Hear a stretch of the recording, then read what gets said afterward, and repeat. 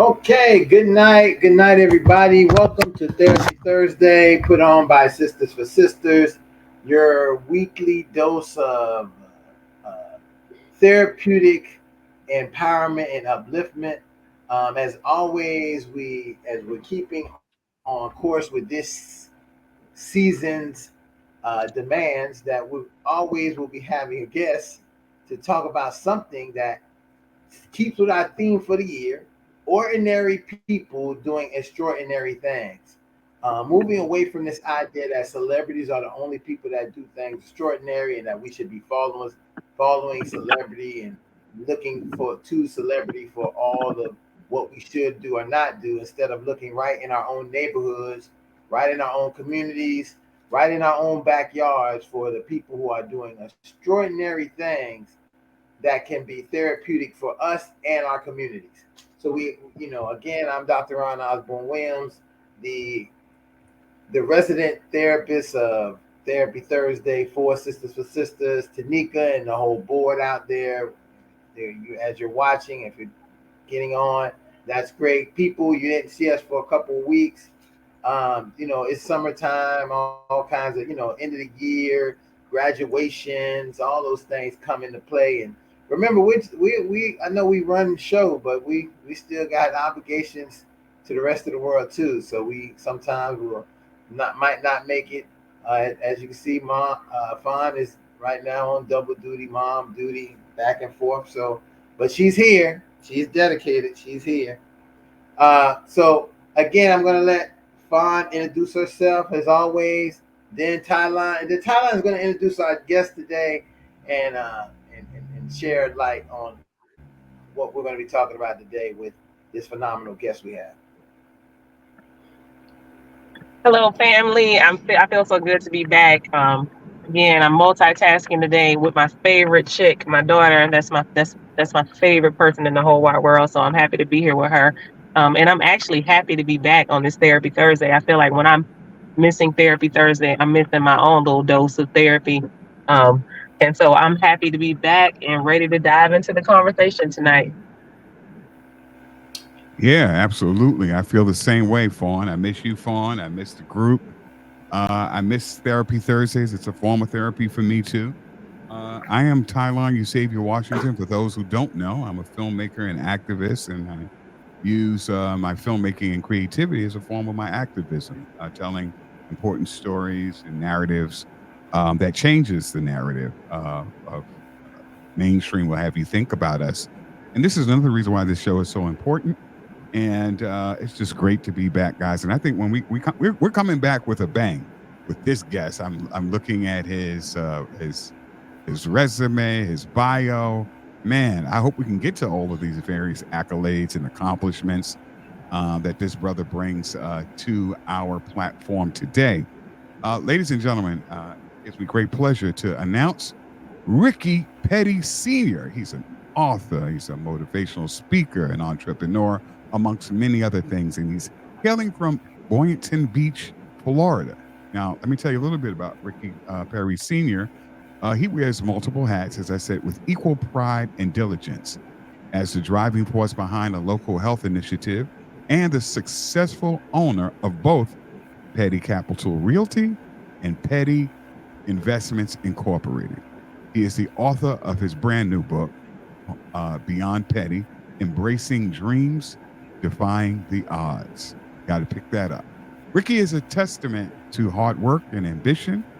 He's an alumni of Bethune Cookman University and a distinguished member of the Omega Psi Phi Fraternity Incorporated. And while his spiritual roots are grounded at St. Paul AME Church in his hometown, Ricky's passion runs deep when it comes to enhancing the lives of children and families. And I'm telling you, he's eager to draw on his own experience to pave pathways to success for everyone else, not just for himself. His versatile career spans community engagement, youth advocacy, and licensed real estate brokerage. He lends his expertise to several organizations across Palm Beach County, gracing their boards with his presence. More than business community. a mentor to numerous children and young adults. And when he's not busy making a difference, he indulges his love for sports, traveling, and most importantly, spending cherished moments with his family. Let's welcome to our platform. Let's welcome him to Therapy Thursdays, Mr. Ricky Petty. Yay, and the crowd goes wild. Welcome, brother. So glad that you are here, man. You're doing so much. I really don't know where to start, but I guess you can just give folks a little background, like how you got to, getting into all of these various endeavors, and then we'll start to talk about the book. Okay. So, like you mentioned in the bio, I'm a alumni of the great Bethune-Cookman University. So, prior to going to Bethune-Cookman, just had some challenges. I was able to overcome many challenges and decided to take my talents to Daytona Beach. So, I went to Daytona Beach and got my degree, and I wanted to come home and bring my talents to have an impact on my family as well as my community.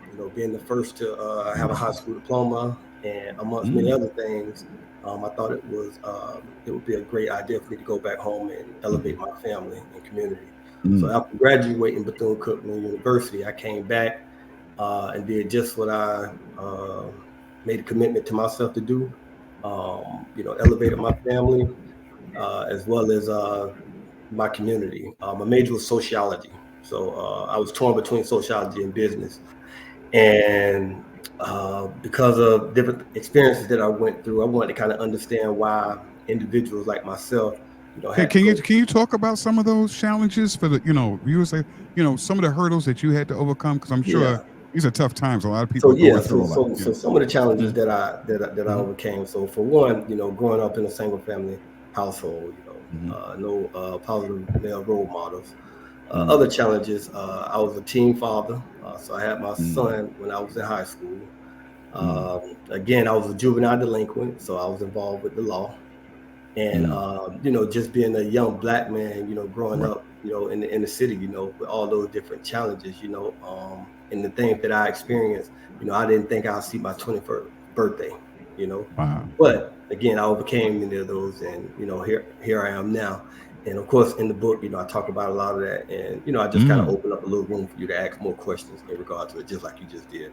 So, Okay. career-wise, some of the things that Mm-hmm. I did, when I came back, when I graduated, got my degree, I was Mm-hmm. like, wow, I'm ready to take on the world. But Mm-hmm. remember, I told you that I was a juvenile delinquent, so I wanted to work with DJJ, Department of Juvenile Justice. But Mm-hmm. because of my juvenile background, I was limited. I couldn't even get a job with DJJ. So I had some challenges trying to find employment. So one of the things that I did was I had to recognize some things about myself. Keep in mind, at the time, I still had a mouthful of gold teeth. I had gold teeth in my mouth; it was permanent. So I had the gold teeth, and I had no experience. So I had to realize some things about myself that I needed to change. So I received a letter from in the mail from one of my family members that was in prison, and he wanted me to reach out to a person who worked with those that was returning back to society. So I reached out to the young lady, Miss Catherine Burns, and I spoke with her, and I told her about my cousin. Then before we got off the phone, I was like, Miss Burns, I'm having some issues finding employment, and partly because of my background. So she Right. invited me to come in and speak with me. We went in, talked, chopped it up, and she was like, Ricky, you know what? I don't have a employment for you right now, but one of the things I could do is help you. So she allowed me a space where I can come in and volunteer. So I worked with Mrs. Burns for about 3 months. I went in, volunteered, 3 days a Mm-hmm. week from 9 to 2 p.m. And a Mm-hmm. position came available. Ms. Burns was like, hey, Ricky, I got a position available. Would you like it? Absolutely. So I took on that position. And let's say from that point on, I haven't had one job ever since. I always had two or more jobs. So that Mm-hmm. opportunity led to many other opportunities. And at the time, what I was doing, I was working with it was a program called PEG, which was an acronym for Probationers Educational Growth. So I worked with those that was on probation and kind of helped them. So Catherine Burns was working on another grant opportunity, and she was working on a grant called the Safari Grant. And basically, that was the acronym for Serious and Violent Offenders. And basically, this grant was allowed me to work with offenders, like some of the roughest, toughest offenders that was returning back to Palm Beach County. Mm. These offenders were between the ages of 18 and 35 who have committed a serious or a dangerous crime, meaning murder, rape, all those different types of things. So Mm. she was working on that. So at the time, the PEG program ended. So in the midst of that, I was trying to find employment, and Catherine Burns was like, "Ricky, hold on, it's coming. The grant's gonna come soon." So I ended up getting a job with another organization, and this job was mentoring kids that had a parent incarcerated. So I was a men. I was my objective and goal was to match children with with mentors, with children who had a parent that was incarcerated. So the day I took that job, I get a call from Catherine Burns. Hey, Ricky, guess what? We got the grant, and I want to hire you for this position. So I was like, oh, Miss Burns, I really can't take the position because I just signed a commitment with this other organization, and I'm a loyal Mm. person. So I didn't Mm-hmm. want to renege on them. Although the job that Mrs. Burns had was paying twice as much as the one that I took. So Miss Burns was Mm. like, you know what, Ricky? I also, so I was like, God, so that was tough to swallow. But Miss Burns said, Ricky, Yeah, you know right. what? She was like, you know what? This job, we also have a part-time position, and it pays Mm-hmm. pretty well too. Would you be willing to accept it? So I was like, let me speak with my director and see if that would be okay. So I spoke with the director of the position that I took, and they was like, yeah, it's cool. You can do both. So I ended up doing both jobs, doing both jobs. Mm. I did both jobs for about 3 years. And I continued to elevate and do different things and just build my career. And like I said, from that point on, I never had less than one job at one time. Wow. So fast forward, I was Mm-hmm. always intrigued about real estate, and I always wanted to get into real estate. Always wanted Mm-hmm. more. So one of the things I did was I wanted to become a homeowner. So Mm-hmm. when I was about 26, I was able to buy my first home, and I was happy for it. So I Wow. was so happy the market was doing good. Good. I sold it in less than 8 months, so I made a Mm. pretty good penny off of it, and I bought another home. So when I bought the second home, I got into a that was during the housing crisis, Mm-hmm. and I ended up having to sell that home and short sell it. So I had a Mm. realtor, and the realtor did such a horrible job, in my opinion. When I saw the listing that she had, all it said was that I had a 3-2 with 2 mango trees. It didn't have a picture of Mm-hmm. my home or anything. So I was like, you know what? I could do better than that. So I fired Mm-hmm. her. I went and got my real estate license, and I sold my home myself. Nice. So Nice. I was my first customer. And from that point on, I continued to work in real estate. Right. And in addition to working in real estate, I still had my 9 to 5. So, and that's one of the things I talk about in my book, and what I share, like what you do on your 9 to 5, that's what's gonna help you. That's what's gonna keep the food on the table, keep the bills paid. But what you do from 5 to 9, that's what's gonna help you reach your dream. Mm-hmm. So for me, So I kept my 9 to 5. I continued to hustle my real estate when I got off. Each commission check, I saved, and made some sacrifices there. Um, and I continued to do that. And I started investing in real estate. So one of the things I did was I started an investment company, and that was Petty Investments. And I built this amazing business plan where I wanted to buy these properties. I wanted to actually buy them in Daytona Beach, Florida, and I wanted Mm-hmm. to rent out to college students. But at the time, I was still trying to build my capital so that I can do that. So, Mm-hmm. so I still had the business, but I didn't have any property. So I continued to work, Mm-hmm. hustle, work, Mm-hmm. hustle, and build my bank up pretty good. And still had some challenges that I overcame, with relationship and different things like that. But I was like, man, I got to get into the real estate game as far as Mm-hmm. investing, because I was already a realtor and doing really well. Mm-hmm. And I'm always about elevation. So I started with one real estate brokerage, and I was like, you know what?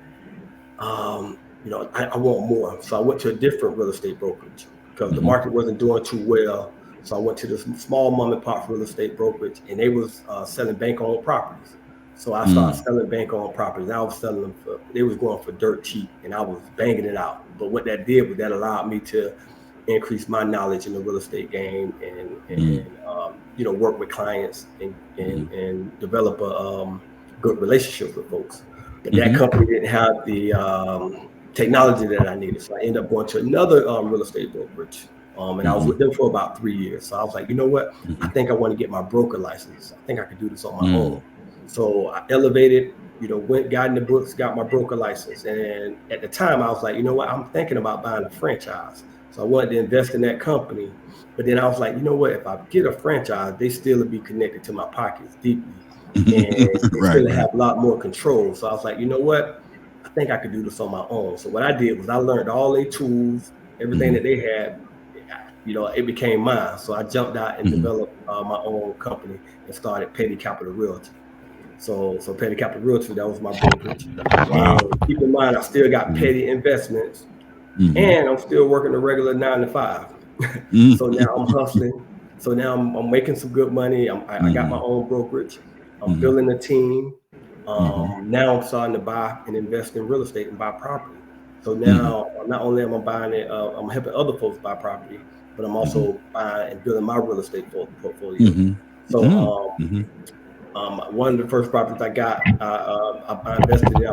I bought a duplex, Mhm. and my plan was to live in one side and rent out the other side because it was shortly after my divorce. And Mhm. but I never did live in the one side. I ended up renting both of my and generate some good income. So I Mhm. continued to bang that out. In addition to, I was flipping properties as well. So I'll buy Mhm. bank-owned properties, fix them up, Mhm. rehab them, and sell them, and make good money as well. And then with that Mhm. money, again, I buy additional properties. So Mhm. I continued to do that, those different types of things, and I was able to build my real estate portfolio and Mhm. have a good amount of rental Mhm. property that I Mhm. own and rent out to generate some passive income.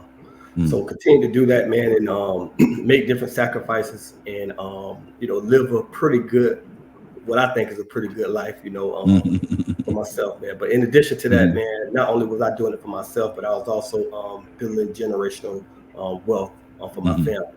Remember, I Beautiful. told you I was the first person in my family to buy a home.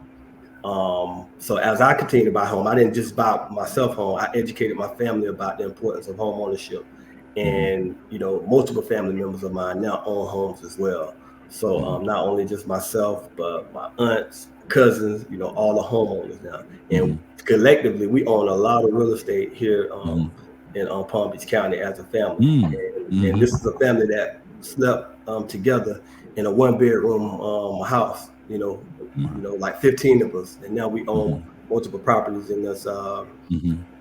in this county. So I feel really, really good Mhm. about that, and Right. just uplifting my family as well as the community, and Right. allowing folks to build generational wealth. So in a Mhm. nutshell, I just gave you, a lot. So I just paused. If you Mhm. got any questions, But Yeah, you well, see, yeah, no, well, I was gonna stop you. I was gonna stop you, but I think I said, oh, let me let you go through the whole gamut because I want to go Mhm. all the way back, right? Because yeah. and I'm gonna cut. I'm sure Talon caught some of the stuff that I'm gonna that I know Mhm. Talon's gonna ask questions from a interviewer stance. I'm gonna ask them from.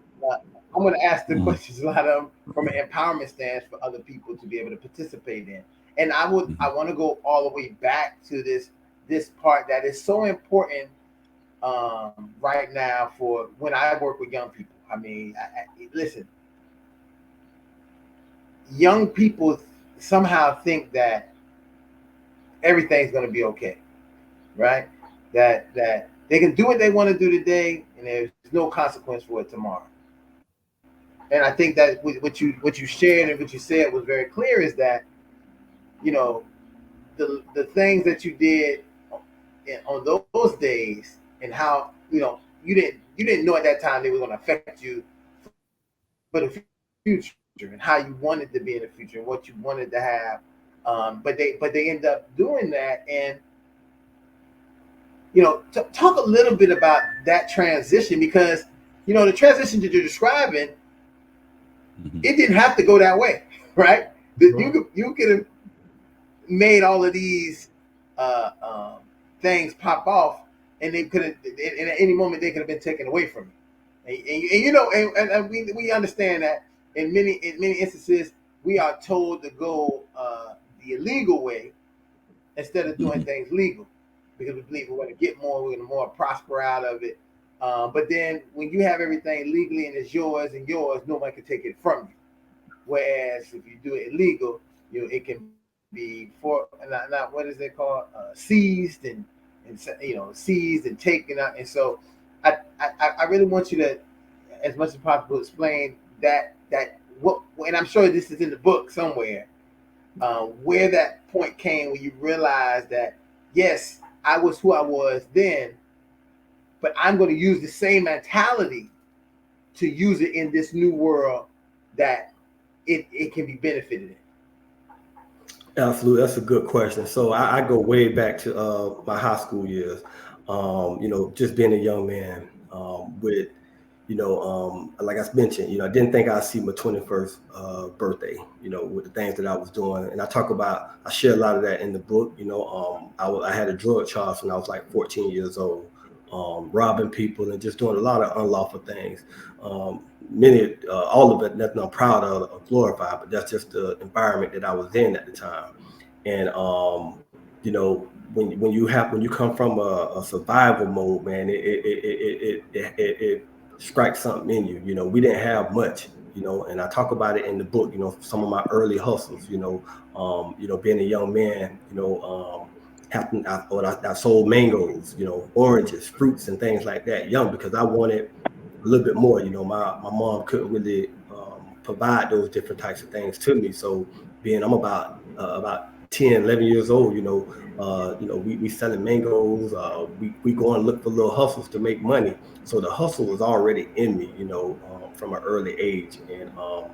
And sometimes the struggle teach you a lot. It bring out that ambition in you. And I think that's what it did for me. So as I continue to grow, I started doing different things. I went from selling mangoes to at one point I even sold newspaper subscriptions.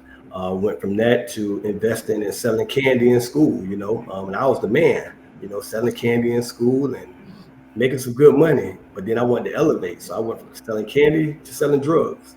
Started out selling weed, then went to selling rocks, and cocaine and all those different types of things. And just making a lot of unlawful decisions and doing what I told you I did. My turning point came when I realized that I was becoming a father. To me, that was very, very critical and important because I felt that, what, ain't no way that I can allow my son to grow up in the same circumstances and situations that I grew in. So I told myself at that point, man, you know what, I got to get it together, man. I can't allow this my son to go through these challenges. So I tightened up. I ended up getting my grades together. Because one thing about me, I always went to school. I always understood the importance of education. I go from the block to the bus stop. To go to school. Not go always, and I made a commitment to myself that I was going to get a high school diploma, regardless where I'm at, whether it was prison or wherever. I was going to get me some education.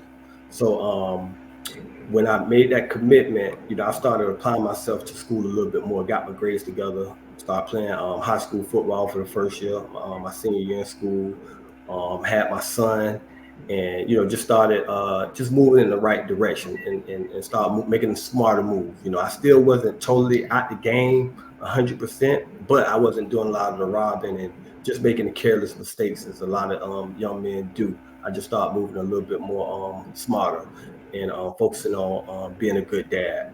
And that's what I wanted to do. And that was the turning point for me. And when my son was born, he had some challenges, So not only was I playing sports, but then I had to go to the hospital. I had to support the mother of my child. I had a lot of responsibilities at the time as a 16-year-old, trying to juggle all these different types of things. So the hustle was in me, and I always wanted more for myself. I always wanted more for my family. So that was like the turning point for me when I was in high school and the birth of my son. Ricky, get it out the mud, Petty. Okay, so let me just tell y'all, first of all, I almost got a ticket trying to get here and park this car. And now I'm actually scared to go in the parking garage because I don't want the signal to lose because I was taking like so many points. And I'm like, I hope this man has been watching this show because I'm the only girl on here today. So I got to hit you with some relationship stuff because I was just having this conversation. All right. And so, brothers, Mr. Petty, how did you get beyond petty when it comes down to, well, let me see, how could I, okay, so I'm going through this phase in life where when I lay down at night, I kind of run in my head back things that happened like 20 years ago. And I'm like, dang, is this affecting what happens today and all of these other things? And so what I'm finding is in my friends' relationships and my relationships and different things that we're all in that phase of life. We're all kind of in the same phases of life where we're looking at different things, different circumstances, and we're seeing how they like affect our relationships, how they affect our relationships with our partners, with our children, with our coworkers. How, brother, how have you separated the young man who was 14 sleeping in a bed with six other family members who had to rob as a way of life, not because it was cool, but because you guys wanted to eat? Because this is what I'm taking from it. How do you stand and still fight, or do you still have some of those demons? Does that little boy sometimes creep up? And if he does, how do you combat that when it comes to relationships? So if I understand you correctly, you just saying like you asking how do I deal with some of the trauma that happened in my earlier years? How do I deal with that? Right? Not even necessarily the trauma yet. I want to go back to the pure decisions that you made. Like, not necessarily the things that were traumatic. All of them can be summed up in trauma, right? Mm-hmm. But I do take ownership in some of the things that I've done. So when I lay down, I'm actually thinking about, damn, you did that. Mm-hmm. Like this framed, and I'm grateful that I feel like I'm a pretty solid woman from some of the things that I've experienced and gone through. So what I'm thinking is like the decisions that you made, not necessarily the traumatic ones, but the ones that were fun. So you know how you said you were still in the game? I Mm-hmm. was still in the game. So the ones that were fun, that were still kind of contributing negatively to your life, how do you kind of reconcile, or how do you make all of that whole today? Yeah, well, I think it's every day you get a chance and a choice, and the choices that you make gonna dictate how you live your life. So me thinking back and reflecting on some of the poor choices that I made, I have to realize that I can't make those type of choices and still to live the lifestyle that I have. At the time when I was taking those chances and making those choices, I felt that I had very little to lose and everything in the game. So at the mindset where I'm at now, I feel like I got too much to lose and nothing to gain by involving in some of the things that I did when I was in my younger years. I can't take those type of chances. I can't make those type of sacrifices.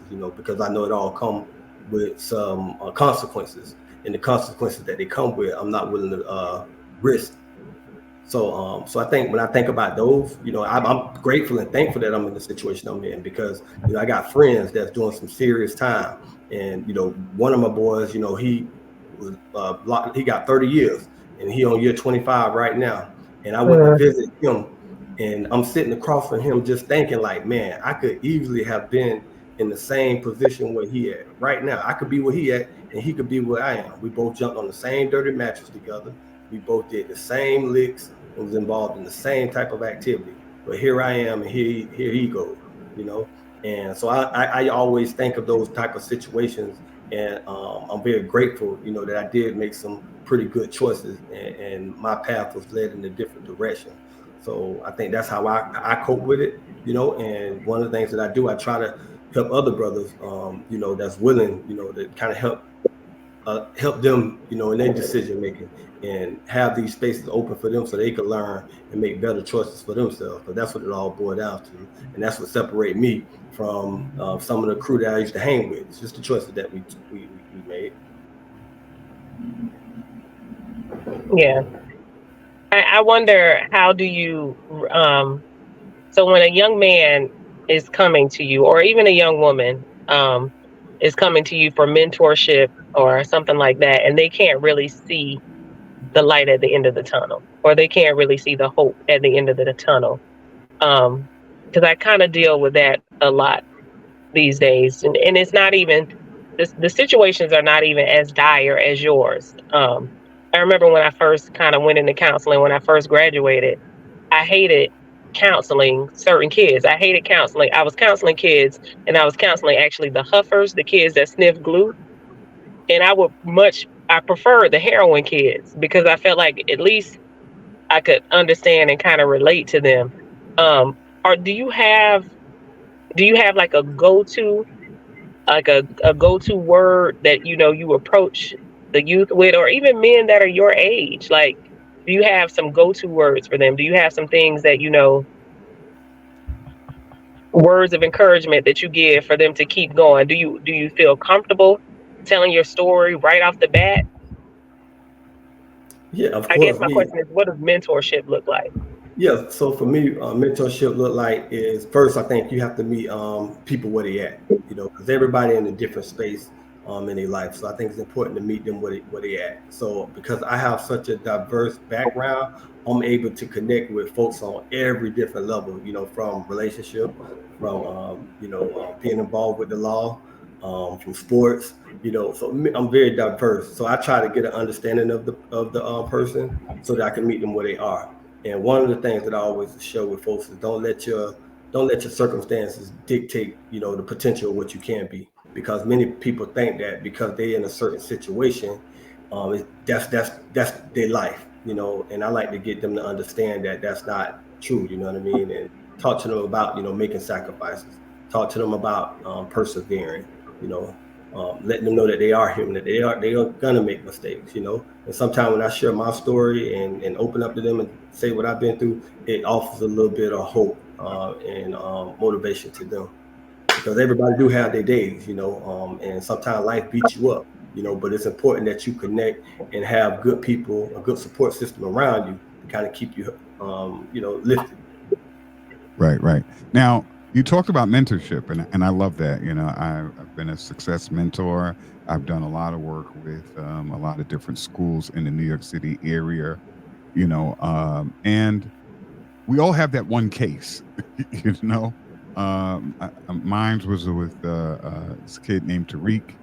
Can you share with the audience a particular case that you dealt with in terms of your mentorship, and what were some of those challenges, and how did you overcome those challenges with that particular young person? Yeah.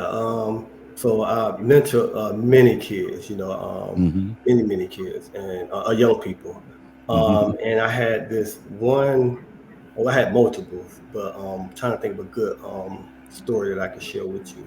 Mm-hmm. Um, I could think of successes a lot, but I could tell you about this one story. I had this one young man, and he continued to make poor choices and allow himself to Mm-hmm. be in unfortunate situations. And one of the things that I did, I never judged this person. Mm-hmm. He come to me advice. One of the things I do is I listen. I meet him where you are.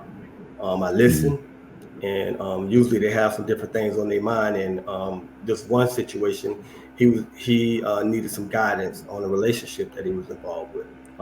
He was having problems with his significant other, and and she wanted out, but he wanted to stay, and he wanted to stay because of the relationship for the children or whatnot. So I just kind of Mm-hmm. encouraged him, to stay in that relationship or whatnot, Mm-hmm. and kind of listen and talk them through. And one of the things I did was I gave him contact to speak to a therapist, to Mm-hmm. deal with Mm-hmm. some of the trauma that he was dealing with. And that's Mm-hmm. one of the things that I did for that particular young man. Mm-hmm. And that person still have issues, and I still talk to him and still guide Mm-hmm. and direct Mm-hmm. with his relationship. The Mm-hmm. person calling and asking me about different choices, and I tell them, Mm-hmm. hey, this is what I would do. I don't know what you would do, but this, if it was me in that situation, this is what I would do. And many Mm-hmm. times they'll take my advice, but sometimes they don't, and they end up in a poor situation. Mm-hmm. And this particular person that I was mentoring was going through a situation, and they usually call me, like I say, when they make choices. Mm-hmm. And the choices that this person ended up making before calling me was he ended up getting involved in a situation where he took the life of some persons. Mm-hmm. Um, and it was a regretful situation, and we ended up talking, Mm-hmm. afterward and through the Mm-hmm. situation, of course. But and that's one of the things that he said that he regretted, that he wished he had called me before making the decision that he did. You know, Mm, so that's just a mm, case in regards to somebody that I was mentoring in different situations that I helped them mhm. out with, but it ended up, you know, something terribly ended up happening in it. You Right. know, so Yeah, that's unfortunate. Yeah. No, your journey is very interesting, and I love that you're able to overcome a lot of hurdles and challenges in your life, and your passion. You sound very passionate about real estate. How do you think that connects to like? Let me go back. Uh, what is this all culminating for you in your mind? Like, you're doing this real estate, you're growing, in the business. Now you have the investment. What's the next step? What's the goal, I guess, that you want to achieve? Let's say even 5 years from now. yeah, that's a good question. So one of the things, I know you talked about passion. So for Yes. me, Mhm. part of my mission in life is to add value to others and inspire others. So I just love helping people. So anytime I'm doing something, I always ask myself, am I adding value? You know, am Mm. I inspiring? You know, am I motivating? Am I making Mhm. a difference? You know, and Mhm. usually if the answer to those things is yes, I'm doing it. So with what I did on my 9 to 5, you know, I asked Mhm. myself, am I making a difference? Am I Right. inspiring? Am I uplifting? Yes. Same thing with real estate. You know, am I adding value to others? Am I uplifting? Yes. So I try to involve in myself with things that go along with my life mission, and real estate is one of those things that does that. You know, of course, Mhm. you know, it allowed me the financial freedom, and I get to receive the financial benefits. But more Mhm. importantly, I think being able to help a family or a person create what make one of the most expensive possessions that they're going to buy in their lifetime, most likely, and create some generational wealth. You know, that makes me feel really, Mhm. really well when you done help the family or a person, you know, make a great sum of money. So I feel really good about that. But that's my passion, you know, to help inspire, motivate, and Well, uplift. money is part of it, right? And a lot of times, especially when you mentioned this too, when you're in survival mode, everything is to get to some place where you're kind of out of that mode, or at least you stave it off for a moment. What are some of those? I would say some of those values, I guess, that you kind of walk with uh, in every aspect you can kind of apply to various challenges, because you talked about your relationships, and you talked about one breakup. Do you want to talk about that a little bit for our audience too, about how do Yeah, you push through? How do you keep? It seems like you're met with a lot of challenges. How do you yeah, consistently push past and push through yeah, man. those challenging moments? So one of the things, man, you have to remain resilient. You know, you got to be resilient.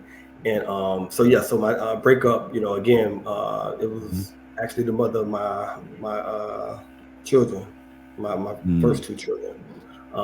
We was high school sweethearts. We were together for some good times since high school. And you know, but as we, you know, I finished college and came home and doing my thing, we started to grow apart. And of course, I had my own, you know, what I did in the relationship.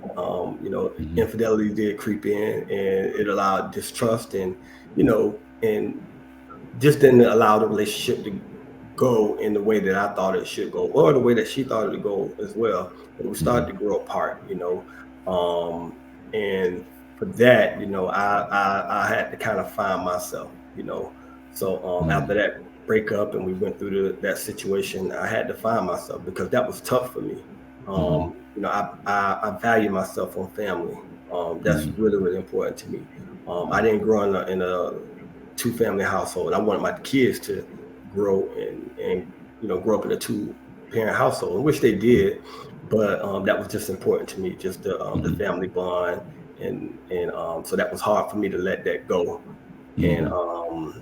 you know, so I think it did, you know, traumatize me in a sense, but I Mm-hmm. learned a lot from it, you know, Mm-hmm. and I think all the time back, I think back on the values that I learned from it, you know, Mm-hmm. and some of the values, you know, such as sharing faith and belief. That's very, very important. You know what I Hmm. mean? I think that should be the foundation of a relationship, man. You got to have God in the details. Communication, another one, of course. Just Mm. being communicating. Very Make sure important. that Yeah. you communicating with your partner, being Hmm. respectful, having a commitment. Committing. In addition to that, having some compromising. Having that person that's there for emotional support, Hmm. and also a person not just be with you but grow with you.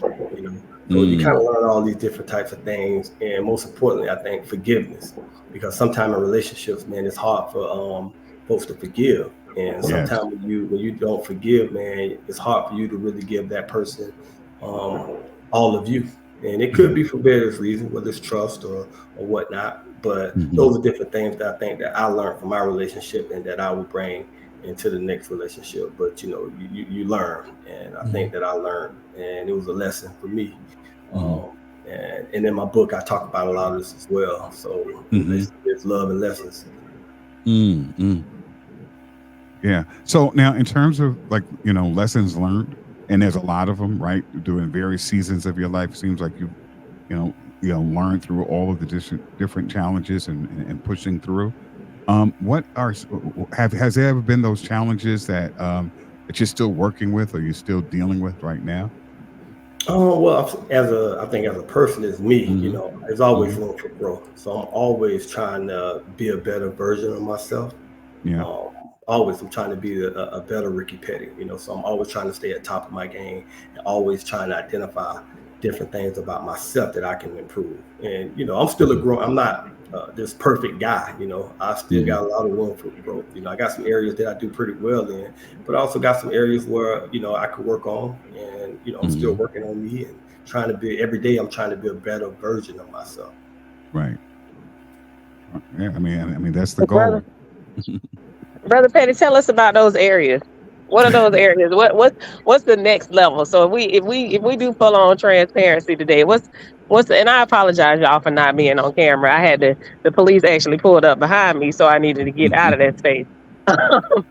But what's the next level for you, or what are the challenges that you see that may prevent the next level, or just talk about what those challenges are. What are those things that you're looking to change in you? Well, I wouldn't look at it, for me. I wouldn't look at it more so challenges. I just look at it as areas of growth. Of course, spiritually. I'm always trying to grow spiritually. Relationship. I think that's the area where I'm always trying to grow. Of course, I want to be. I would love to get married again at some point, but you got to think about the commitment. You got to think about other different things. So in those areas, especially when you come back off a divorce, you still need that time for healing. So I think that I'm nearly over that part, but I think Mhm. I can grow in those different types of areas. You know, those are Mhm. just two examples. You want more?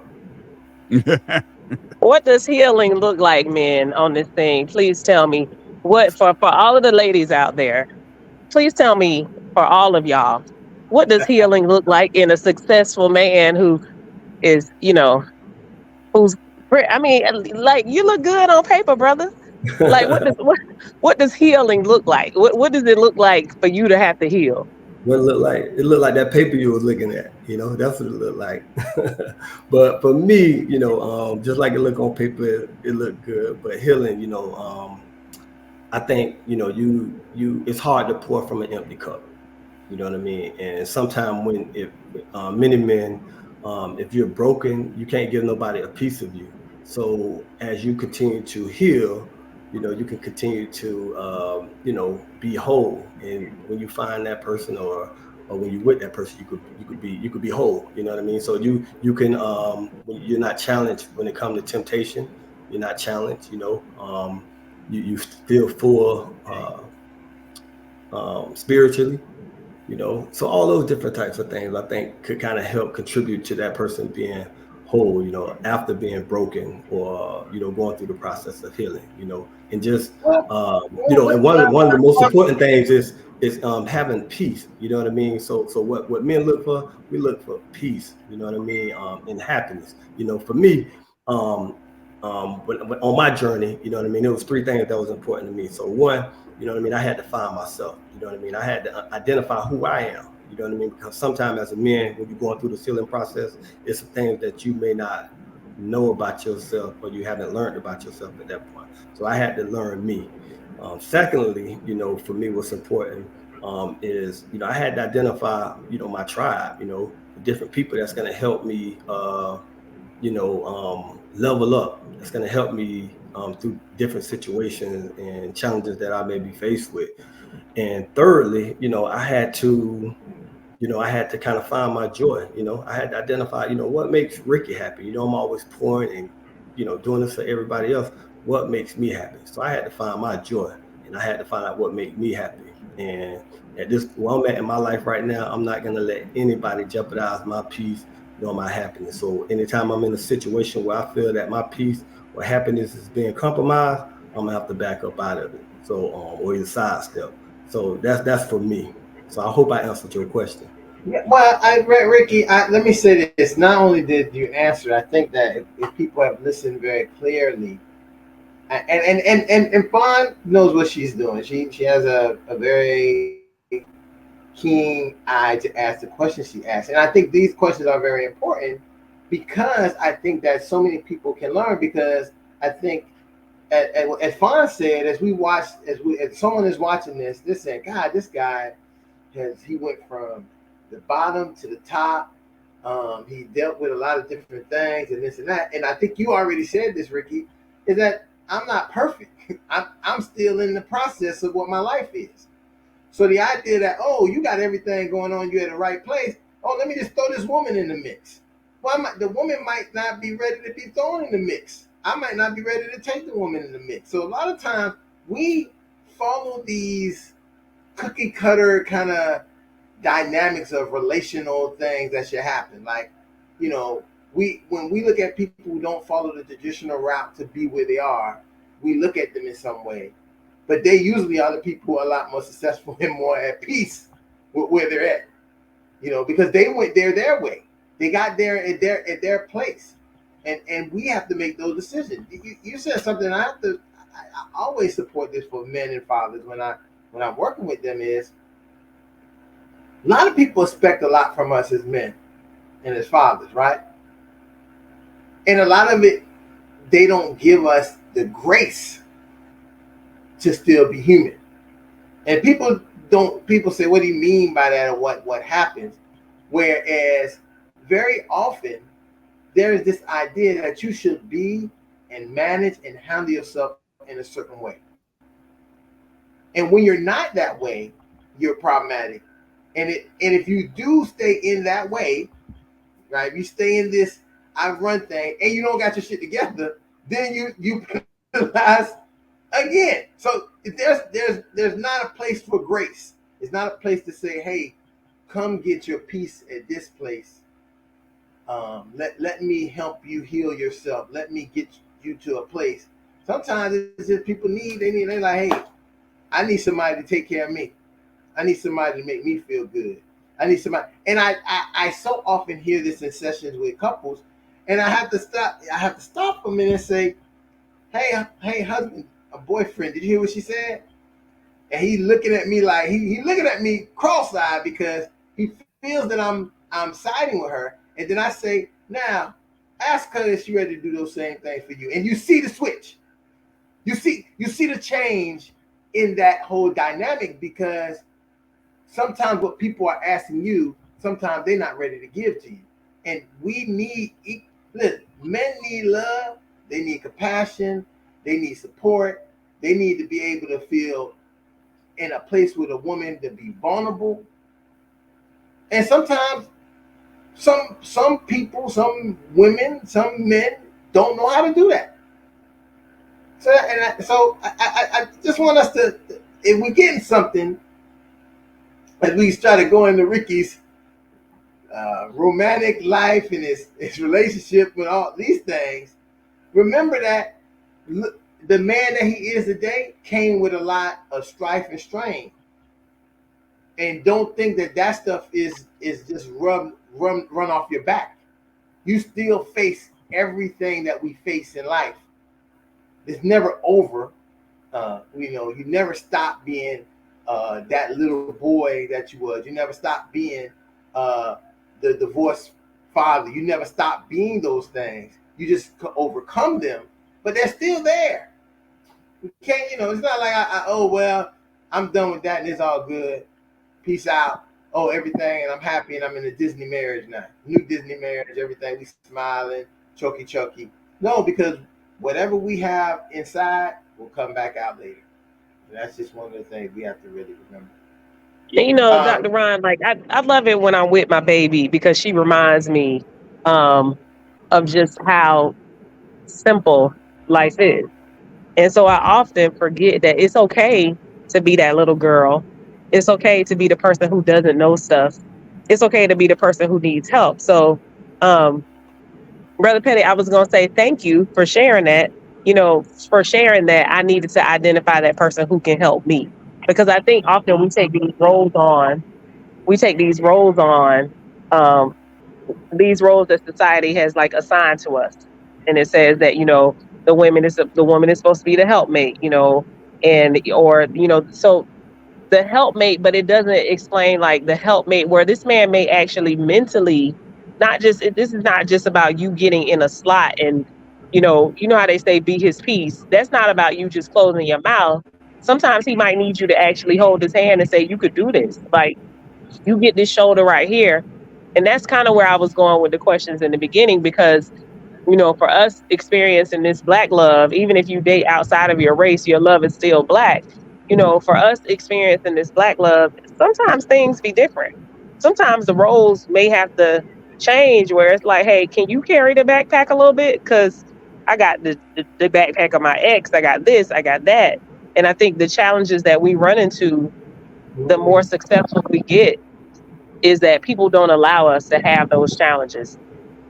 So I can really appreciate you sharing, you know, just the transparency of where you are and what you need and the vulnerability. All the men on here today. Thank you. Thank you.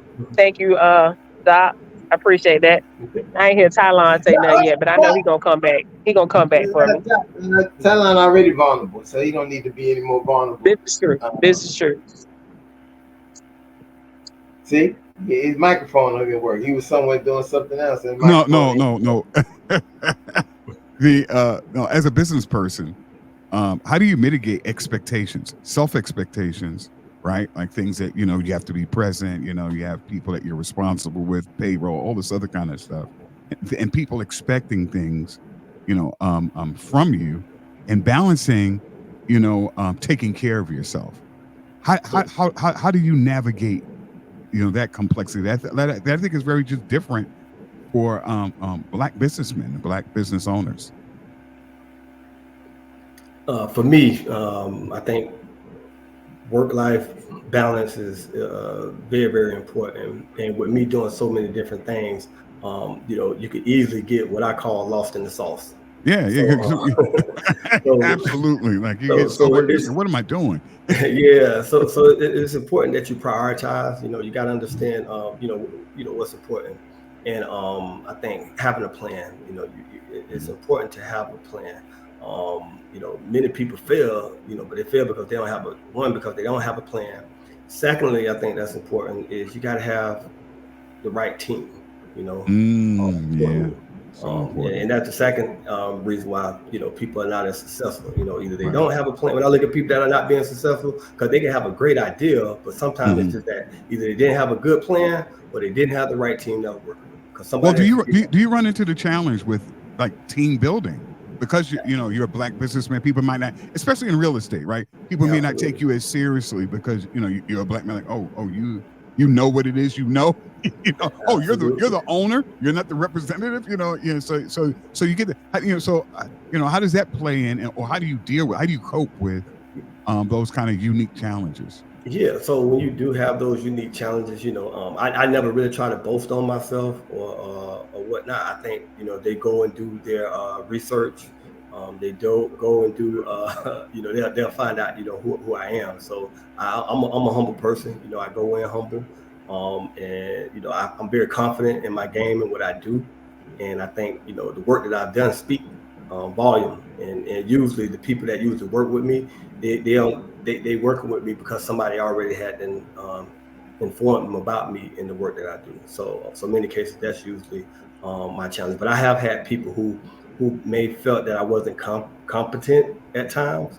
However, you prove them wrong, through your work and your efforts, and then at the end they be like, "Wow, I really thought that." You start to hear that, and I just smile like, "Okay, no problem." It is what it is. I'm very confident, so nobody could really make me feel less than what I already am. I know who I am. I know what I bring to any table, so I'm very confident. So, but to answer your question, as far as work life balance, I think having creating a plan, making sure that you have the right team, and also making sure that you have an effective system, that's going to work properly as well.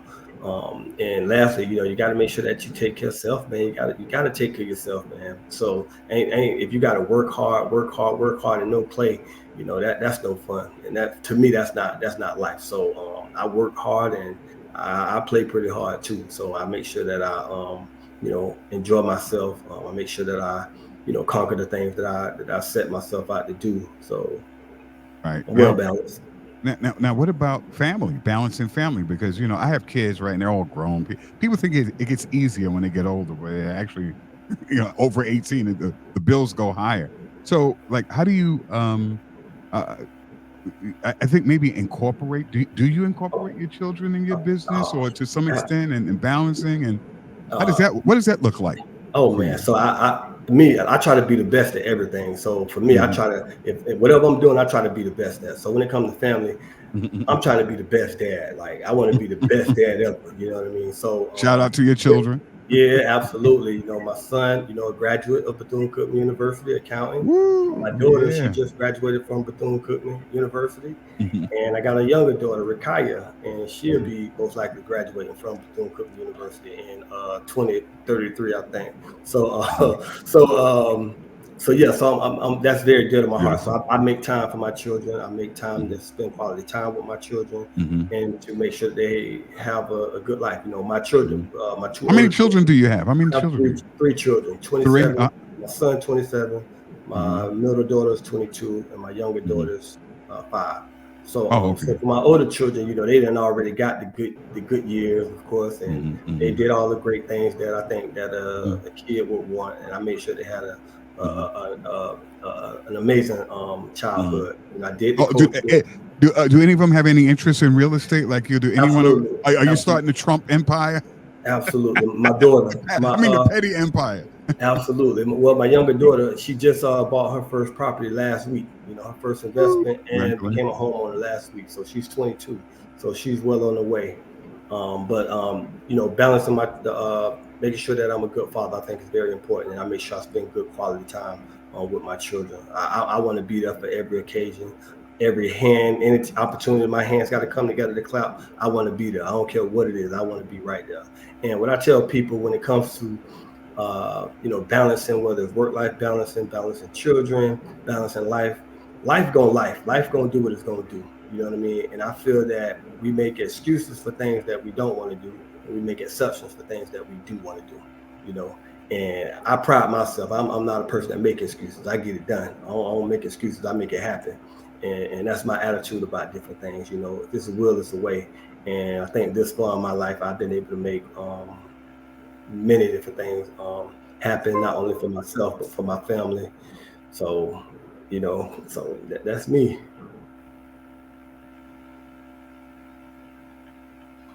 There was a question that I definitely would want to be able to touch base because I definitely when the audience puts in questions, I definitely want to be able to. The question was, how do you generate the funds to invest in real estate, and how does your credit need to look like to purchase property versus land? Good question. So, I'll start with the credit first. So first, you don't, it depends. You don't need credit in order to purchase property or land, but you better have some cash. You know what I mean? If you got cash, you don't need credit because that's going to be your money. But so I think it's important to have credit because if you got credit, you could leverage your funds and you can be able to have access to cash instead of using your own. So that's the importance of having credit and maintaining good credit. That's what it allow you to do.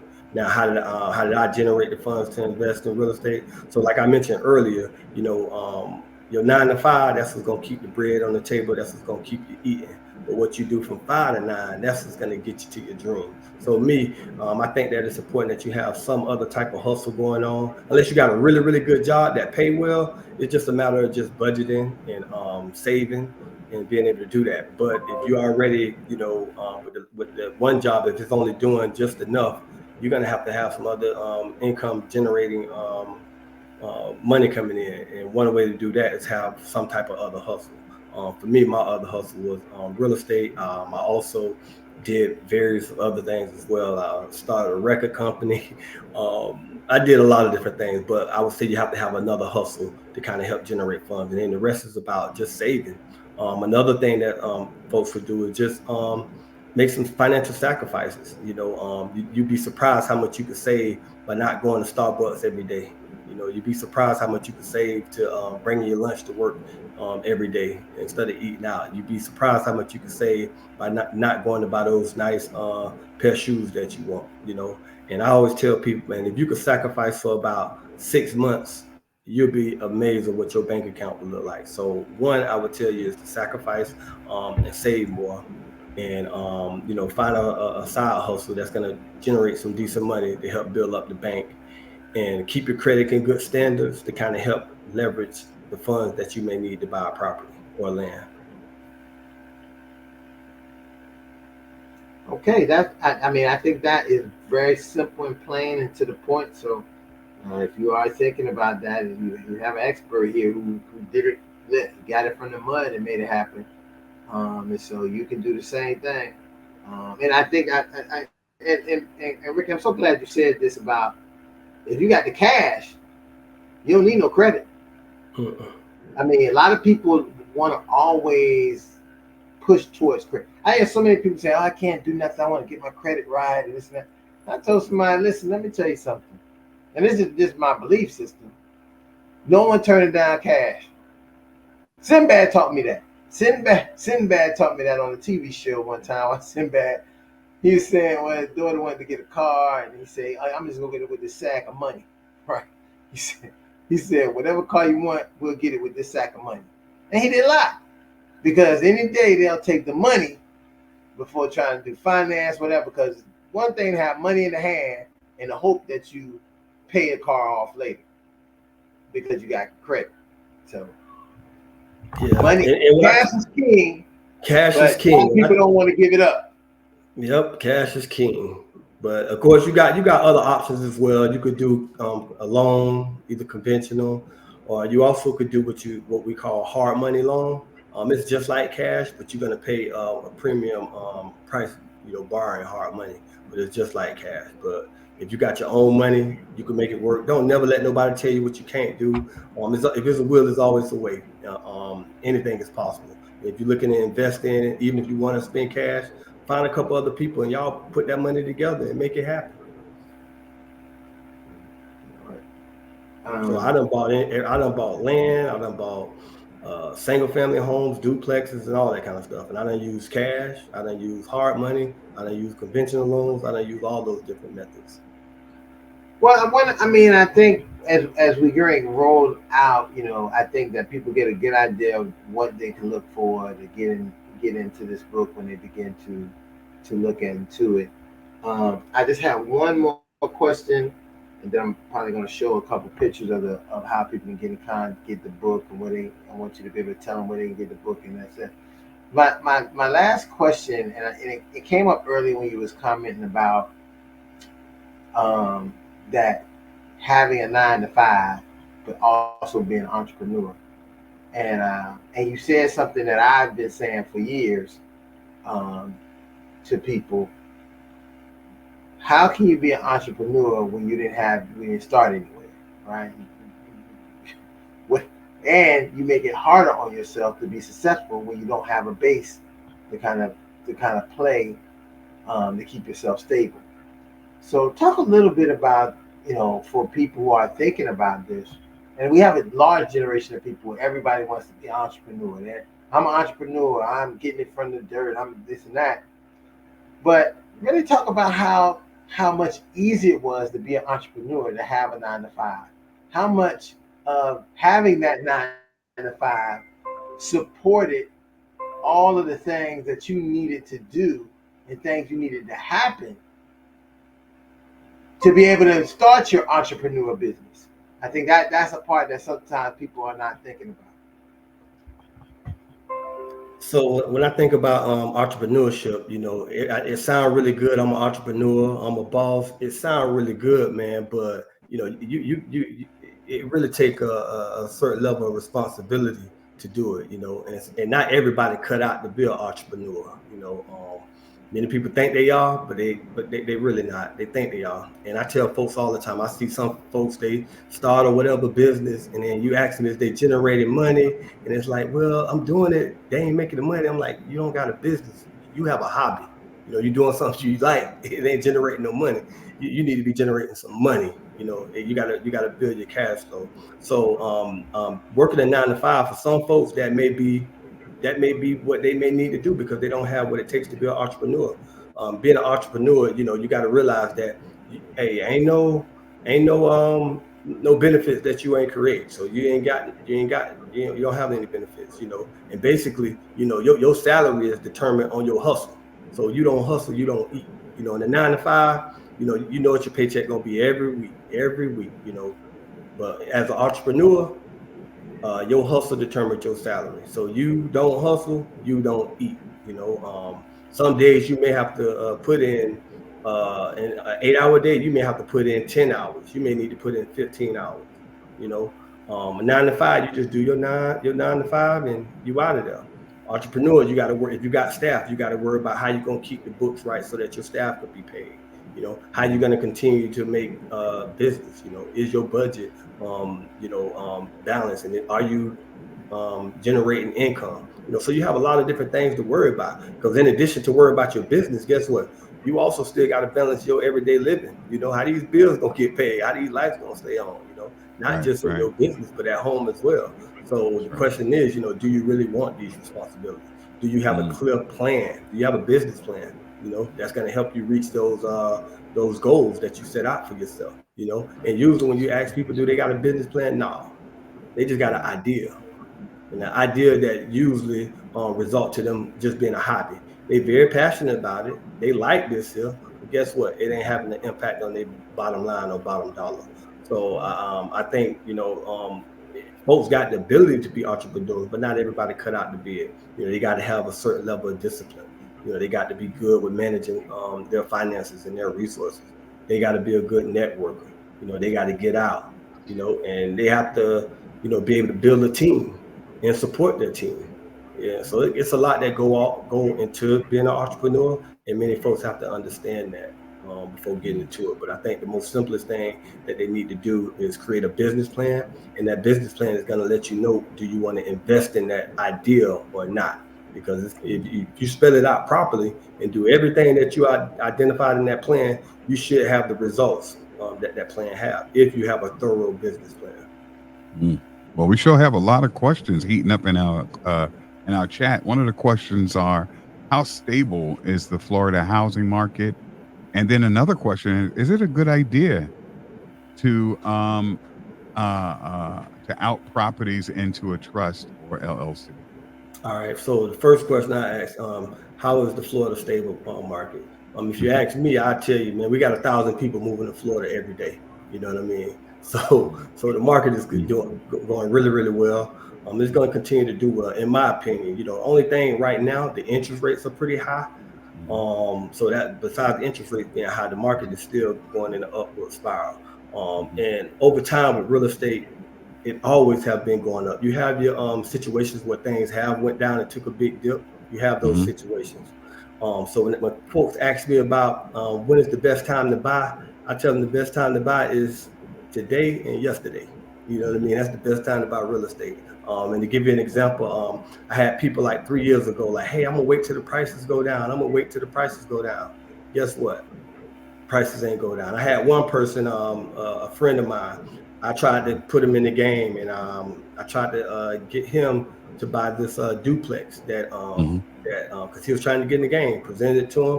No, I'm trying to wait till the market go down. So I ended up buying a duplex myself. So from that duplex at the time, they wanted 300 for it. I ended up buying it for 280, and now the same duplex worth about 550. So that could have been his, but instead Hmm. it's part of my portfolio now. But again, he Mm. was waiting till the market went up. I mean, waiting till the market went down and it went up. So that's just an example of how's the housing market. For me, of course, it's always situations, but to me, it's real estate. The market is going to go up and go up, go down. So I think Florida market is pretty stable. Now, when you talk about some other areas, it may be a little bit more challenging. But again, you have 1,000 people moving to Florida every day, and when people Mhm. ask me now, it's not the time to buy. I tell them now it's not the time to rent either. So I Mm. think Florida market is how the market is doing well. Besides the interest rates being high, the Mhm. second question was, is it a good idea to out properties into a trust or real estate? Absolutely. Mhm. Because I say if you do have any real estate, you will always. I'm not an attorney, but you always would want to get a trust Mhm.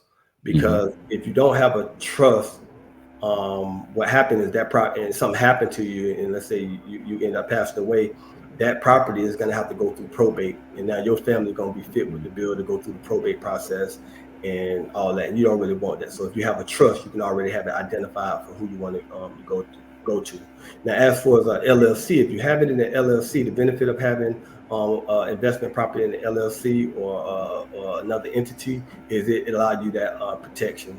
So, that's the purpose of getting the property in the LLC or another entity because it protects yourself.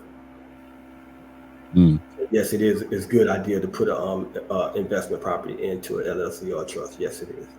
Mm. And what advice would you give a recent high school student about a graduate about the best ways to enter into the real estate game? Okay, the best way I would do is just start learning about it right now. Connect yourself with a real estate agent or either a broker, and maybe just start doing some different tasks with that person. I would say maybe making phone calls, doing cold calls, or helping them put together marketing material. Just doing something that would kind of help you learn more about the business. Because I think if you start at that age, in high school, once you graduate, then you go on to get your real estate license. You'll be well on your way to have a successful career in real estate. Mm. And what was this other? Okay. What are your thoughts on using life insurance policies like IULs to build generational wealth to use that money to purchase properties?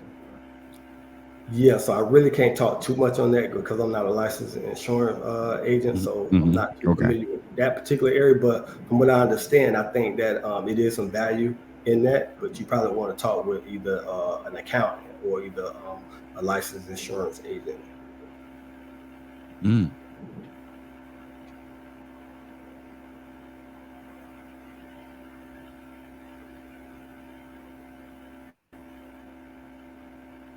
Do you offer any type of mentorship programs for young men and women who are just starting out, uh, high schoolers and recent graduates?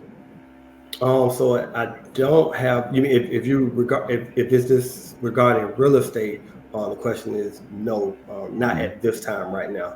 But they do have. I don't offer one personally, but what they do have, they have different groups that they could be a part of. I know, like down here, we have like the young professionals and Hmm. other groups that they can associate themselves with. For mentorship. Hmm. They got opposed to that, if they're high schoolers, they can get involved in one of our Lamp Lighters programs through Omega Psi Phi Fraternity Incorporated.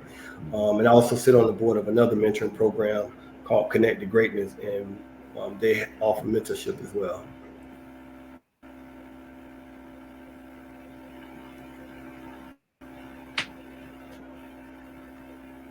Thanks for those questions, man, that we're getting.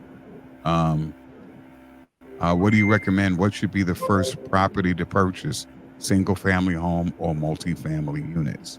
For me, what I would recommend in real estate, the name of the game is you don't make your money when you sell the property. You make your money when you buy the property. So any one of those would be a great idea. It just depends on what the profit margin is and what your end game is. So if you're looking for a fix and flip, of course, the single family home would be Mm-hmm. more attractive if you're looking to fix and flip. If you're looking for rental, of course, multifamily units would be ideally the best purchase. But most likely, ideally, what usually happens, depending on what your goals are, most people probably start out with a single family home because I think at the price point may be a little bit more reasonable to purchase a single family than purchasing a multifamily. But if your pockets are deep, I would say go for the multi family. Mm.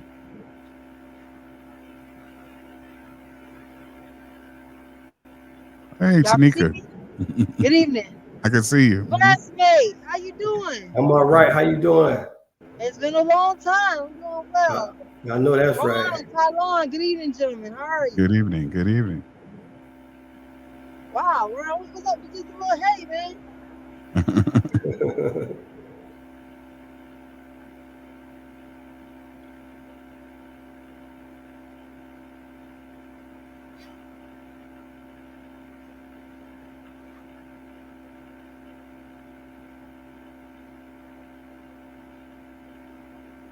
I guess we lost Tanika.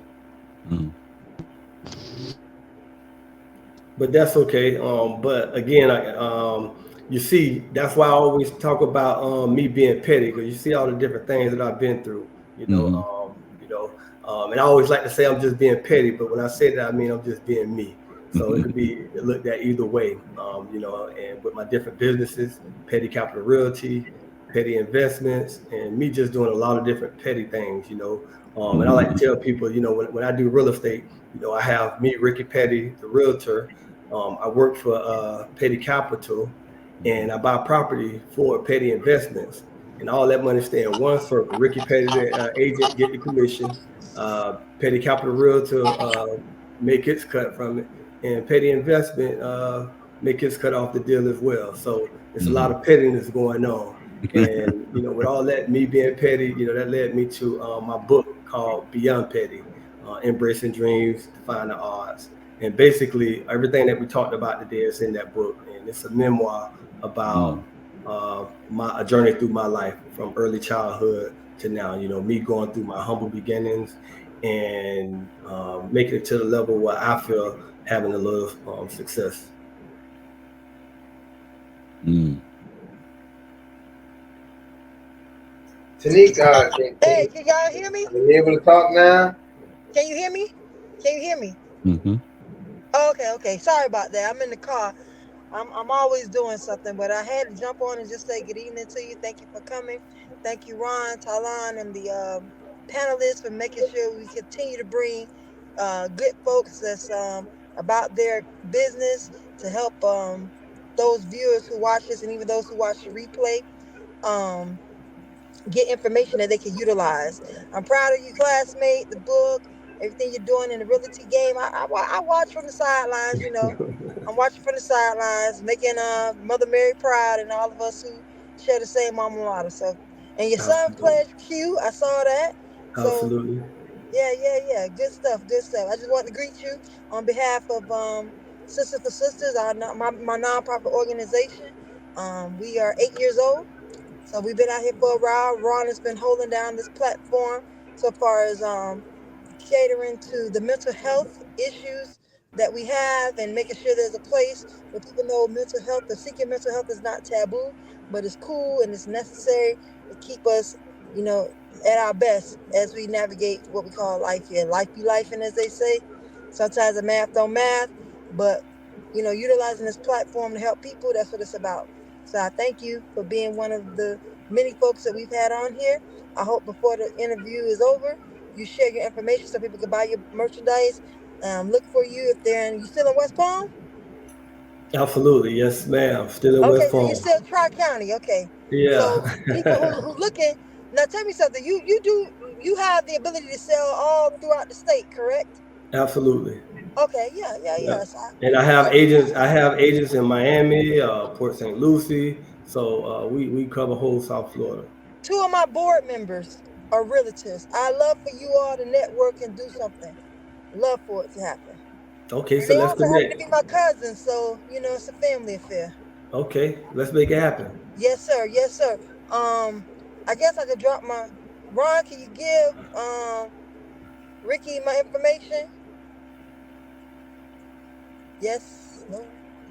Yeah, well, Hmm. Ricky is about to give his information out right now, how to get the book and all that information, and he just picked that Okay. up. I mean, Okay. I No, think I was his talking about information. contact I information so think his I could link information them. is on the.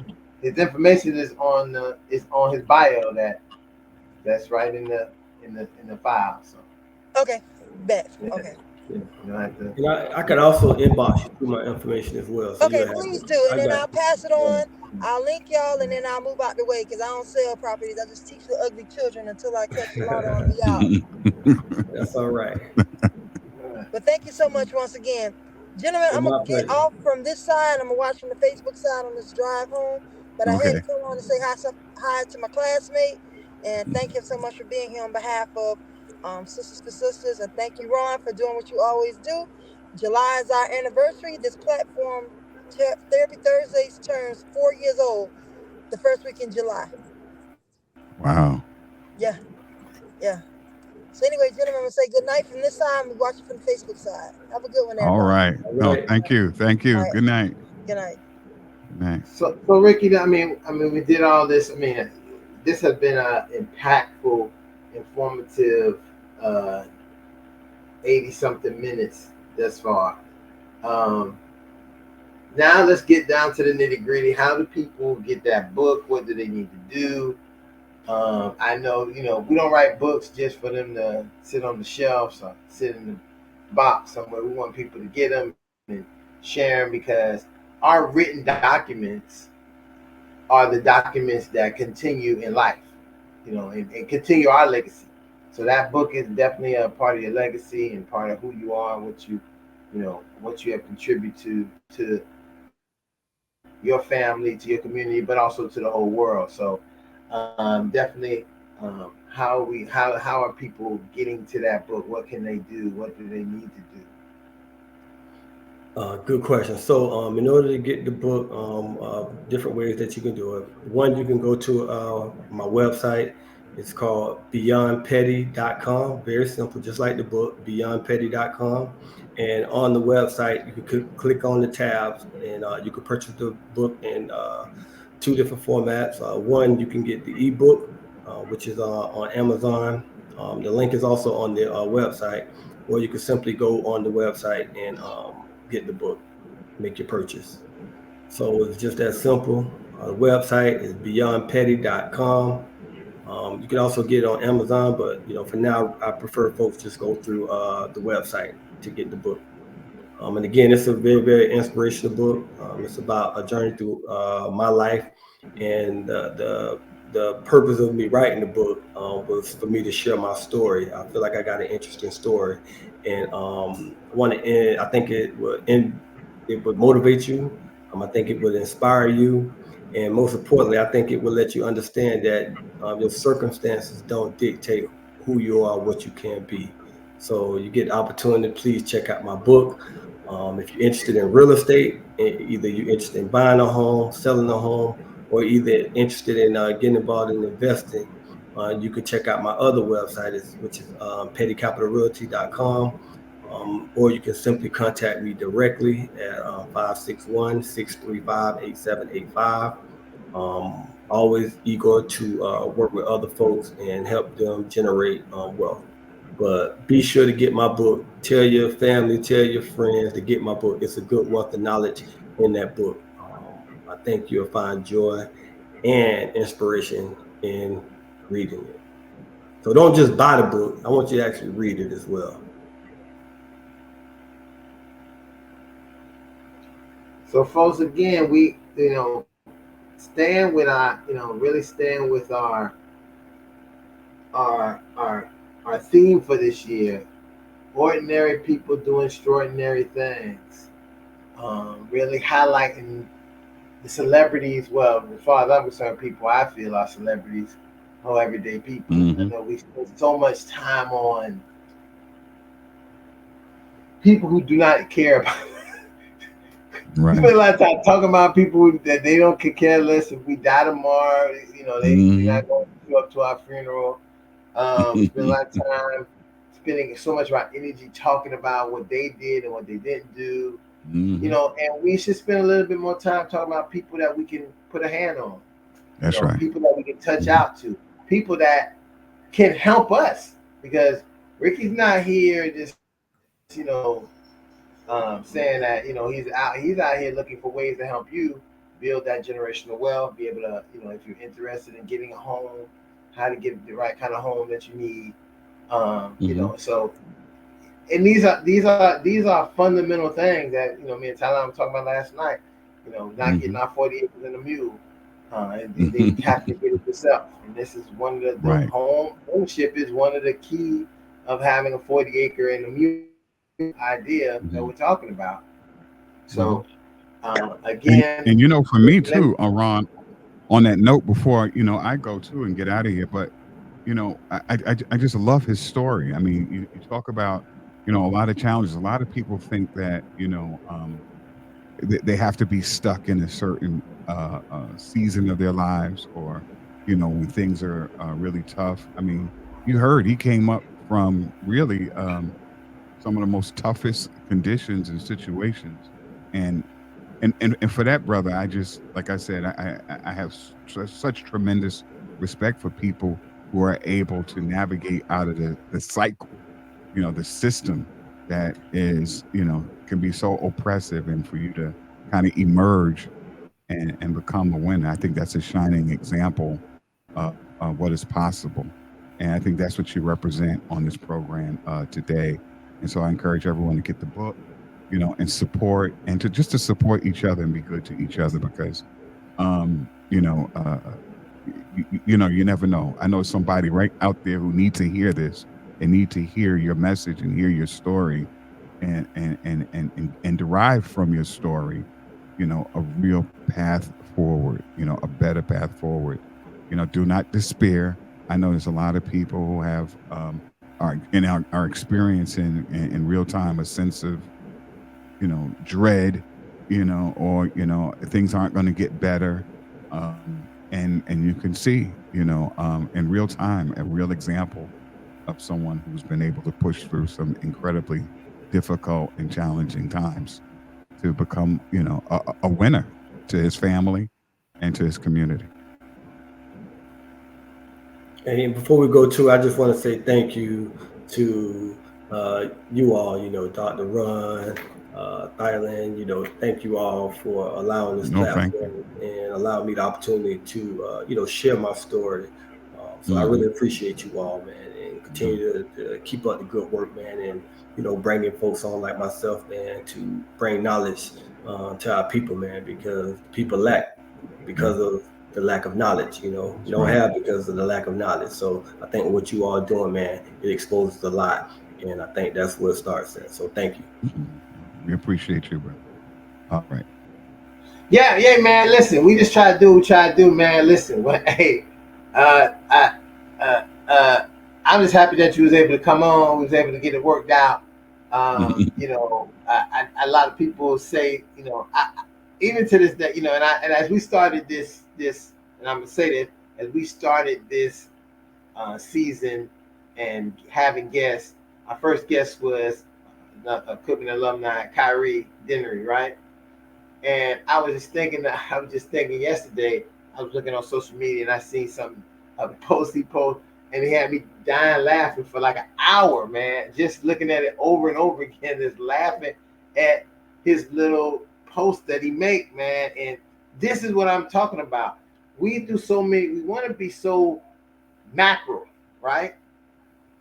And sometimes we should be micro, because we can benefit more. Like this idea of big government. It's really what goes on. Listen, you know what goes on in the rest of Florida, but what really go on is what go on in West Palm Beach, and what go on in your city that you live in is more important than what goes on in all of Palm Beach County, than all the rest of South Florida and Florida. So we have to get back to that root of that, and this is how you get back to it. Being able to bring our people on, people that we know, people that we know they are doing the right thing. Because what I do know that a lot of people will say, we'll wait till you have a problem and just say, oh, let me bring Ricky on here so we can so, so he asked him a question about when he was doing this and when that happened. And you want to tell him, "No, listen, let's don't focus on people and all the negative. Let's always uplift each other. Let's be proud. Let's show other people that we have successes and we can empower ourselves. And that's the way this is the way it's done, by putting people on the platform who have testimonies, who have things to really share, and can help other people. And so, brother, again, I'm proud of all the stuff you've done and all the things you probably one of those brothers that I definitely look to and say that man is always doing this thing. And as much as I sit on my, sometimes people feel I sit on my judgmental crown or throne. I don't. I have high expectations for the people that associate. That's what I do. I don't. It's not a. I think sometimes people miscalculate how I saying like, oh, you want this and want that. No, I just want I want you to be at the same level that I feel like I am, and I want you. As a matter of fact, I want you to be at a better level than I am. And I've had that from the young brothers who come from my lineage. I can't at no time at any time say, oh man, I don't know what them jokers doing. Every year when I go down the years, 98, 99, 2000, 2001. That's probably all I can remember at this point. So like it's like, okay, 2002. I better hold 2002 in them in there too. Get mad at me. But as far when it gets down to there, it's good to see us being successful black men in this society, providing some things that our communities need. And so, the opportunity to get you to come on, brother, and just because I see all the things you're doing, um, I wanted to be able to get you on our platform and celebrate you and let you celebrate, what you had going on. And it was so great that you had the book, and so it gave us a great opportunity to say, hey, let me get you on here and get to talking and be able to advertise your book and be able to celebrate you and let other people who watch my platform out, who going to see this on reruns on all these different YouTube. I mean,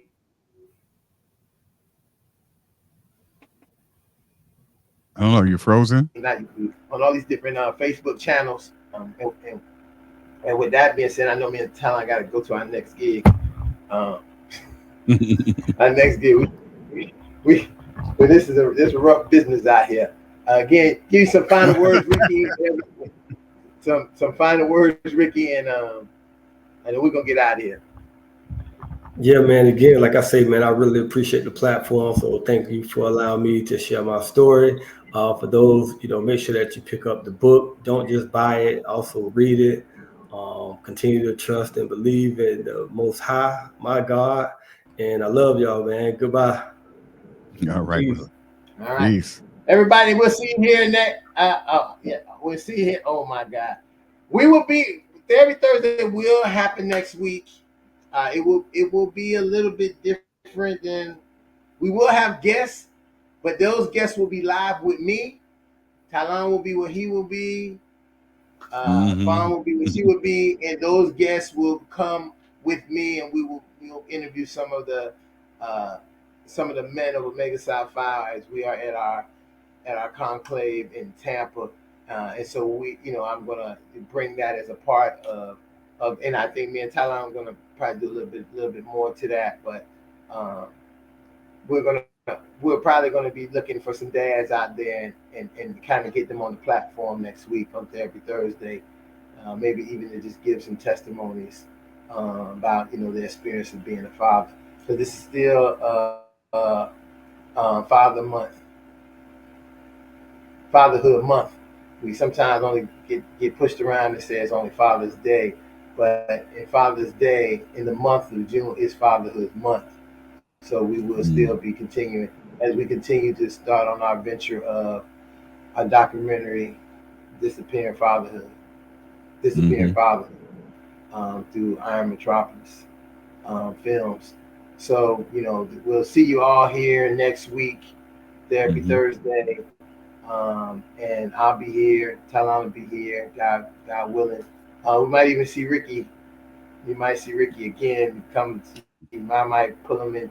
He might be standing around, say, "Come on, get in here. Let's get in here and say something." Um,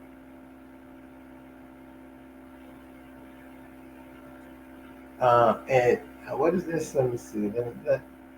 Let me know, and some of the assistants can be on too. Oh yeah, okay, yeah. And some of the people from the women from Sisters to Sisters will probably come on and do that as well.